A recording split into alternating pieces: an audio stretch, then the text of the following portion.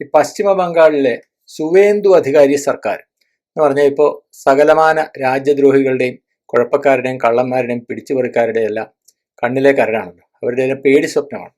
പണ്ട് മമതാ ദീദി ഭരിച്ചിരുന്ന കാലത്ത് ഇവർക്കെല്ലാം അഴിഞ്ഞാടി നടക്കാനായിട്ട് യാതൊരു പ്രശ്നമില്ലായിരുന്നു. അത് ഈ പറയുന്ന പിടിച്ചുപറിക്കാരായാലും ജിഹാദികളായാലും തീവ്രവാദികളായാലും നുഴഞ്ഞുകയറ്റക്കാരായാലും കള്ളനും കൊള്ളക്കാരനും ഇങ്ങനെയുള്ള എല്ലാ ഗുണ്ടാ സംഘങ്ങളും പോലീസിന് വരെ കൈക്കൂലി കൊടുത്ത് ഈ നാട്ടില് ഈ പ്രശ്നങ്ങൾ മുഴുവൻ ഉണ്ടാക്കാനാണ്. പോലീസൊന്നും അതിനെതിരെ ഒരു നടപടിയെടുക്കില്ല. ഇവർക്കെല്ലാം സ്വർഗരാജ്യമായിരുന്നു പശ്ചിമ ബംഗാൾ ഇതുവരെ. പക്ഷെ ഇപ്പോൾ സുവേന്ദു അധികാരി അധികാരത്തിൽ വന്നതോടെ ഈ കളികളൊന്നും നടക്കില്ല. ഇവരെയെല്ലാം പൂട്ടാനുള്ള പണി അദ്ദേഹം ചെയ്യുന്നുണ്ട്. ഇതുവരെ യോഗി ആദിത്യനാഥിനെ കുറിച്ച് ഓർത്തായിരുന്നു ഈ പറയുന്ന തീവ്രവാദികൾക്ക് പ്രശ്നം. പക്ഷെ സുവേന്ദു അധികാരി വന്നതോടെ നേരെ തിരിഞ്ഞപ്പോൾ സുവേന്ദു അധികാരിയെ ഇവരുടെ എല്ലാം ടാർഗറ്റ്. പറയാൻ കാരണം എന്താണെന്ന് വെച്ചാൽ അധികാരിയെ തെറി വിളിക്കാനായിട്ട് ഇവർക്ക് ഈ രാജ്യദ്രോഹികൾക്കെല്ലാം സുവേന്ദു അധികാരിയെ തെറി വിളിക്കാനായിട്ട് ഒരു നല്ലൊരു അവസരം കിട്ടിയിട്ടുണ്ട്.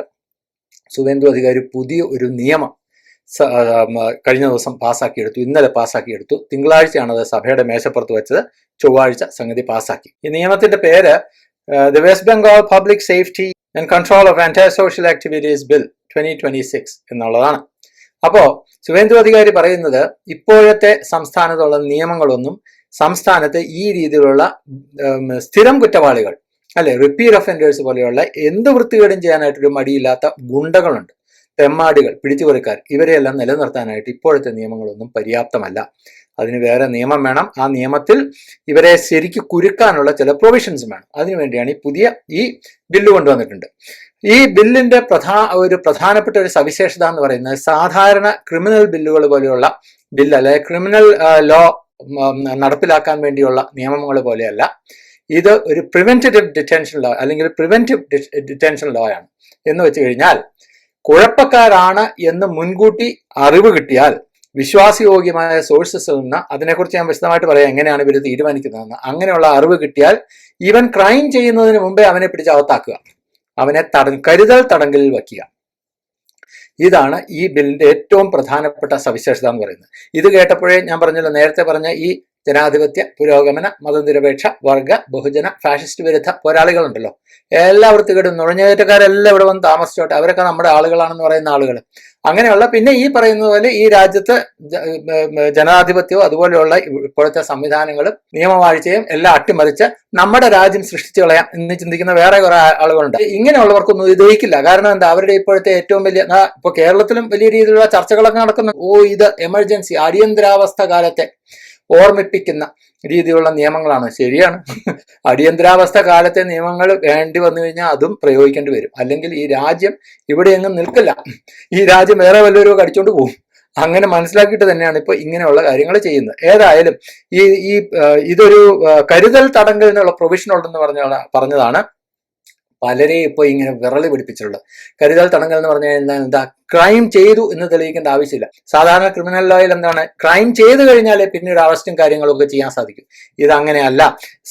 സാധാരണ ജനങ്ങളുടെ ഉള്ളിൽ ഭയം വിതയ്ക്കുന്ന, ജനങ്ങളുടെ സ്വസ്ഥമായിട്ടുള്ള സ്വൈര ജീവിതത്തിന് അപകടമായി മാറാൻ സാധ്യതയുള്ള പബ്ലിക് ഓർഡർ, നിയമവാഴ്ച, ലോ ആൻഡ് ഓർഡറിന് ഭീഷണിയാകും എന്ന സാധ്യതയുള്ള, ഇത് മാത്രം പോരാ, ഇതോടൊപ്പം തന്നെ ഈ ക്വാറി മുതലാളിമാരുണ്ടല്ലോ, ഈ ഇല്ലീഗലായിട്ടുള്ള മൈനിങ്, ക്വാറി, അതുപോലെ ഈ മണൽ മാഫിയ, ഇങ്ങനെയുള്ള പരിപാടി നടത്തുന്നവരെ എല്ലാം ഈ രീതിയിലുള്ള കരുതൽ തടങ്കലിൽ വയ്ക്കാനായിട്ട്, ഇവരെല്ലാം രാജ്യത്തിന്റെ അല്ലെങ്കിൽ സംസ്ഥാനത്തിന്റെ നിയമവാഴ്ചയ്ക്ക് ഭീഷണിയാണെന്നുള്ള രീതിയിൽ കൃത്യമായിട്ട് തെളിവുണ്ടെങ്കിൽ കരുതൽ തടങ്കലിൽ വയ്ക്കാനുള്ള ഒരു പ്രൊവിഷൻ ഇതിനകത്തുണ്ട്.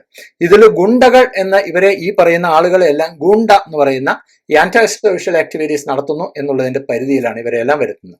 മാത്രമല്ല, ഇങ്ങനെയുള്ള പുലിവാലൊക്കെ ഒപ്പിക്കാൻ ശ്രമിക്കുന്നു, അതിനുള്ള സാധ്യത ഉണ്ടെന്ന് മനസ്സിലാക്കി കഴിഞ്ഞാൽ ഡിസ്ട്രിക്ട് മാജിസ്ട്രേറ്റ് അല്ലെങ്കിൽ പോലീസ് കമ്മീഷണേഴ്സിന് ഇവരെ 15 ദിവസം വരെ കരുതൽ തടങ്കലിൽ വയ്ക്കാനുള്ള പ്രൊവിഷനാണ് ഇത് കൊടുത്തുള്ളത്. 15 ദിവസത്തിനുള്ളിൽ സംസ്ഥാന സർക്കാർ അംഗീകരിച്ചു കഴിഞ്ഞാൽ 1 വർഷം വരെ ഈ തടവ് ഈ കരുതൽ തടങ്കൽ നീട്ടിക്കൊണ്ടുപോവുകയും ചെയ്യാം. 15 ദിവസമാണ് സർക്കാരിന്റെ അനുമതിക്ക് വേണ്ടി 15 ദിവസം വയ്ക്കാം. പക്ഷേ സർക്കാരിന്റെ അനുമതിയോടുകൂടി 1 വർഷത്തേക്ക് ഇത് നീട്ടാനും സാധിക്കും.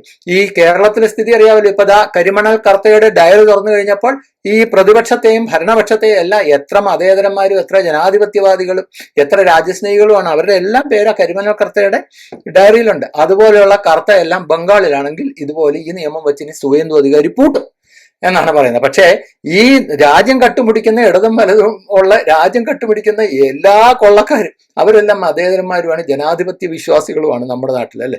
BJP എന്തെങ്കിലും ചെയ്തു കഴിഞ്ഞാലോ രാജ്യത്തിന് നന്മയ്ക്ക് വേണ്ടി ഇങ്ങനെയുള്ള കള്ളന്മാരെ എല്ലാം പിടിച്ച് അകത്തിടാൻ നോക്കിയാൽ BJP ഫാഷിസ്റ്റുകളാണ്, ജനാധിപത്യത്തെ അട്ടിമറിക്കുന്നു എന്നുള്ളതാണ് സാധാരണ മതേതര നേരേറ്റീവ്. അങ്ങനെയാണ്. അതേതായാലും അവിടെ നിൽക്കട്ടെ. ഇനി ഈ നിയമം അത്ര വലിയ ഫാഷിസ്റ്റ് നിയമമൊന്നും അല്ല കേട്ടോ. എല്ലാ രാജ്യത്തെ നിയമത്തിന് അനുസൃതമായിട്ട് തന്നെയാണ് സുവേന്ദു അധികാരിയുടെ ഈ ബില്ല് വന്നിട്ടുള്ളത്, അല്ലെങ്കിൽ ഈ നിയമം വന്നിട്ടുള്ളത്. പറയുമ്പോൾ ഇത് ജനാധിപത്യത്തെ അട്ടിമറിക്കുന്നു, കരുതൽ തടവോ, തെറ്റ് ചെയ്യാതെ എങ്ങനെയാണ് തടവിൽ വെക്കുക, ഇത് പഴയ മെസ്സ നിയമങ്ങളെ അനുസ്മരിപ്പിക്കുന്നു എന്നൊക്കെ വേണമെങ്കിൽ പറയാം. പക്ഷേ ഇതിനകത്തുള്ള പ്രധാന കാര്യം എന്താണെന്ന് വെച്ച് കഴിഞ്ഞാൽ, ഇങ്ങനെ കസ്റ്റഡിയിൽ എടുക്കുന്ന ആൾക്ക് 5 ദിവസത്തിനകം ഇങ്ങനെ കസ്റ്റഡിയിൽ കരുതൽ തടങ്കലിൽ വയ്ക്കാനുള്ള കാരണം എന്താണെന്ന് നോട്ടീസ് കൊടുക്കണം എന്നും ഈ നിയമത്തിൽ സർക്കാർ എഴുതി വെച്ചിട്ടുണ്ട്. അപ്പോൾ വെറുതെ ഏതെങ്കിലും പോലീസുകാരന് ഇഷ്ടപ്പെട്ടില്ലെന്ന് പറഞ്ഞ് പിടിച്ച് അകത്താക്കാനൊന്നും പറ്റില്ല. അതിനുള്ള കാരണം എന്താണെന്ന് ബോധിപ്പിക്കാം. പക്ഷേ രാജ്യസുരക്ഷയെല്ലാം സംബന്ധിക്കുന്ന എന്തെങ്കിലും കോൺഫിഡൻഷ്യൽ ആയിട്ടുള്ള ഒരു വിഷയമാണ് ഇതിനകത്തുള്ളത്. അല്ലെങ്കിൽ ഇയാളെക്കുറിച്ച് അറിവ് കൊടുത്ത ആളുകൾ എന്ന് പറയുന്ന അവരുടെ കോൺഫിഡൻഷ്യാലിറ്റി പ്രൊട്ടക്ട് ചെയ്യണം എന്ന് രേഖാമൂലം എഴുതി കൊടുത്തിട്ടുണ്ട് എന്നൊക്കെ ഉള്ള സാഹചര്യം വന്നു കഴിഞ്ഞാൽ ഇതിന് ഒഴിവ് വേണ്ടിവരും. കാരണം അതല്ലെങ്കിൽ വേറെ നൂലാമാലയാവും, നിയമക്കുരുക്കാവും. പക്ഷെ ഏതായാലും ആ രീതിയിലുള്ള പ്രൊട്ടക്ഷൻ ഈ അറസ്റ്റ് ചെയ്യപ്പെടുന്ന കരുതൽ തടങ്കലിൽ കിടക്കുന്ന ആൾക്ക് അയാളുടെ ഭരണഘടനാ അവകാശവും ഇവിടെ സംരക്ഷിക്കപ്പെടുന്നുണ്ടെന്നാണ് ഞാൻ പറഞ്ഞതിന്റെ അർത്ഥം. ഇനി ഇതുകൂടാതെ ഈ സംസ്ഥാന സർക്കാർ ഈ നടത്തുന്നതിൽ ഏതെങ്കിലും രീതിയിലുള്ള അധികാര ദുർവിനിയോഗമുണ്ടോ, ഈ കരുതൽ തടങ്കലിൽ വച്ചിരിക്കുന്നതിൽ എന്തെങ്കിലും രീതിയിലുള്ള അട്ടിമറി നടന്നിട്ടുണ്ടോ എന്നുള്ളത് പരിശോധിക്കാനായിട്ട് ഒരു അഡ്വൈസറി ബോർഡ് സർക്കാർ തന്നെ രൂപീകരിച്ചിട്ടുണ്ട്. എന്ന് വെച്ച് കഴിഞ്ഞാൽ ഈ സർക്കാർ ആ രീതിയിൽ പോലും അവരുടെ അധികാരത്തെ ദുരുപയോഗം ചെയ്യുന്നില്ലെന്ന് ഉറപ്പുവരുത്താനായിട്ട് 3 ഹൈക്കോടതി ജഡ്ജിമാരുടെ നിലയിൽ അല്ലെങ്കിൽ ആ ഇതിൽ കുറയാത്ത 3 പേരാണ് ഇതിനകത്തുള്ളത്. 2 പേരല്ല, ഒരാള് സീനിയർ ജഡ്ജ് ആയിരിക്കണം, മറ്റു 2 പേരും ജൂനിയർ ജഡ്ജസും ആയിരിക്കും. അങ്ങനെ 3 ഹൈക്കോടതി ജഡ്ജിമാരുടെ ഒരു അഡ്വൈസറി ബോർഡ് സർക്കാർ തന്നെ ഇതിൽ ഉണ്ടാക്കിയിട്ടുണ്ട്. ഈ അഡ്വൈസറി ബോർഡിന് കൃത്യമായിട്ട് ഇതിനകത്ത് ഡിറ്റൻഷൻ ഇല്ലീഗൽ ആണെന്നുണ്ടെങ്കിൽ ചൂണ്ടിക്കാണിക്കാനും ഈ കരുതൽ തടങ്കലിലുള്ള ആളെ വിട്ടയക്കാനായിട്ട് ശുപാർശ ചെയ്യാനുള്ള അധികാരം ഉണ്ടാവും. അപ്പൊ അതാ ഇങ്ങനെയുള്ള നിയമങ്ങളെല്ലാം ആവശ്യമുണ്ട്. ബംഗാൾ പോലെ ക്രിമിനലുകൾ അഴിഞ്ഞാടി ശീലിച്ച കഴിഞ്ഞ 15 വർഷവും ക്രിമിനലുകൾക്ക് വെറുതെ ഫ്രീ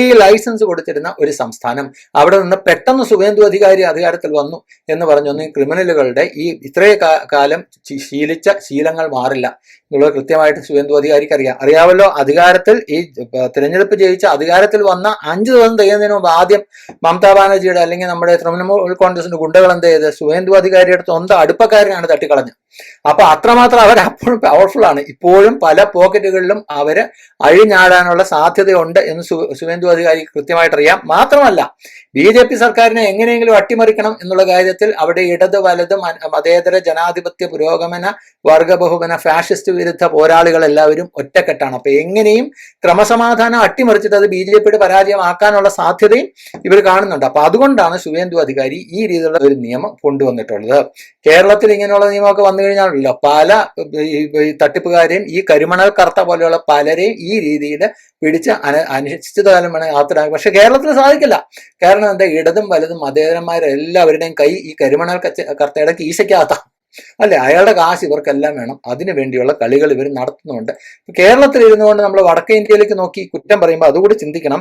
ഈ വടക്കേ ഇന്ത്യയിൽ എന്തുകൊണ്ടാണ് ഇങ്ങനെയുള്ള സംസ്ഥാനങ്ങളിൽ വീണ്ടും തിരഞ്ഞെടുപ്പ് നടത്തുമ്പോൾ വീണ്ടും BJP അധികാരത്തിൽ വരുന്നു എന്നുള്ളതിന് ഞാൻ മനസ്സിലാക്കുന്ന അർത്ഥം അല്ലെങ്കിൽ കാരണം ഇതാണ്.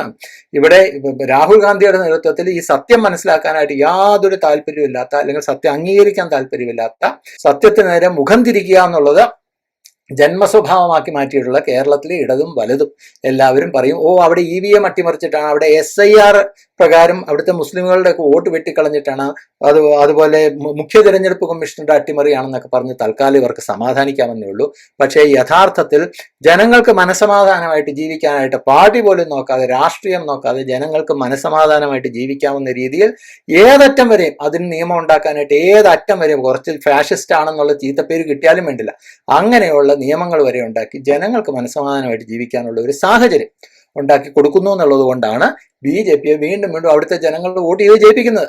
അതിപ്പോ നിങ്ങൾ ഹരിയാനയിൽ കണ്ടാലും, മഹാരാഷ്ട്രയിൽ നോക്കിയാലും, രാജസ്ഥാനിലോ മധ്യപ്രദേശിലോ നോക്കിയാലും, ഗുജറാത്തിലോ ഉത്തർപ്രദേശിലോ നോക്കിയാലും നിങ്ങൾക്ക് അത് കാണാൻ സാധിക്കും. അത് തന്നെയാണ് ഇപ്പൊ ബംഗാളിൽ നടന്നുകൊണ്ടിരിക്കുന്നത്. ഉത്തർപ്രദേശിൽ നിയമസഭാ തെരഞ്ഞെടുപ്പ് അടുത്ത വർഷം വരാൻ പോവുക. അതാ നിങ്ങൾ നോക്കിയോളൂ, വലിയ ഭൂരിപക്ഷത്തിൽ BJP തന്നെ അധികാരത്തിൽ വരും. കാരണം എന്താ, ഇവിടെ യോഗിയുടെ ബുൾഡോസർ മതേതരത്വത്തെ ചവിട്ടി അരച്ചു എന്ന് മീഡിയ വണ്ണിൽ അടുപ്പുകൂട്ടി ചർച്ച പോലെയുള്ള കാര്യങ്ങളൊക്കെ നടക്കും. പക്ഷേ ഉത്തർപ്രദേശിൽ പോയിട്ട് ഇതേ വർത്തമാനം ഇവർ പറഞ്ഞു കഴിഞ്ഞാൽ അടി കിട്ടും. കാരണം അവിടുത്തെ ജനങ്ങൾക്ക് ജാതി മതമൊന്നുമല്ല, അവിടെ കൃത്യമായിട്ട് യോഗി ആദിത്യനാഥിന്റെ നേതൃത്വത്തിൽ ഒരു സർക്കാർ കൃത്യമായിട്ട് ജനങ്ങൾക്ക് മനസ്സമാധാനമായിട്ട് ജീവിക്കാനുള്ള സാഹചര്യം ഉണ്ടാക്കി കൊടുക്കുന്നുണ്ടെന്നുള്ളതാണ്. പിന്നെ ഈ മതം മാത്രം 3 നേരം പുഴുങ്ങിത്തുന്ന മതം മാത്രം തലയെ കൊണ്ടു നടക്കുന്ന കുറെ ആളുകളുണ്ടല്ലോ, അവരെ സംബന്ധിച്ച് യോഗി ആദിത്യനാഥ് ഭരിച്ചു കഴിഞ്ഞാൽ ഇവിടെ ഇപ്പൊ എല്ലാം ഈ ആകാശം ഇടിഞ്ഞു പൊളിഞ്ഞ് താഴെ വീണും എന്നൊക്കെ അവർ പറയും. പക്ഷേ സാധാരണ മുസ്ലിങ്ങളുണ്ട് അവിടെ മനസ്സമാധാനമായിട്ട് എങ്ങനെയെങ്കിലും ജീവിച്ചാൽ മതി എന്ന് പറയുന്നത്.